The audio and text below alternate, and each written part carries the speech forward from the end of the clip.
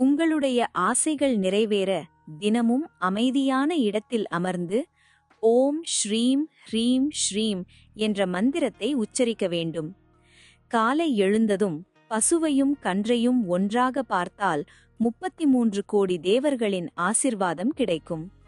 முருகப்பெருமானின் பவசரவண என்ற மந்திரத்தை தினமும் உச்சரித்து வந்தால் தொழிலில் நல்ல முன்னேற்றம் கிடைக்கும்.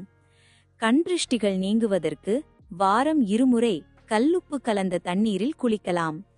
கடன் சம்பந்தமான பிரச்சனைகளை சரி செய்வதற்கு ஆஞ்சநேயர் கோவிலுக்கு சென்று மாவிளக்கு ஏற்றி வழிபடலாம். அகல் விளக்கு சூரிய பகவானுக்கு உரியது. எனவே சூரிய பகவானின் அருளை பெற தினமும் அகல் விளக்கு ஏற்றி வழிபடலாம். ஓம் வங் வங் என்ற மந்திரத்தை தினமும் உச்சரித்து வர உலகமே வசியமாகும்.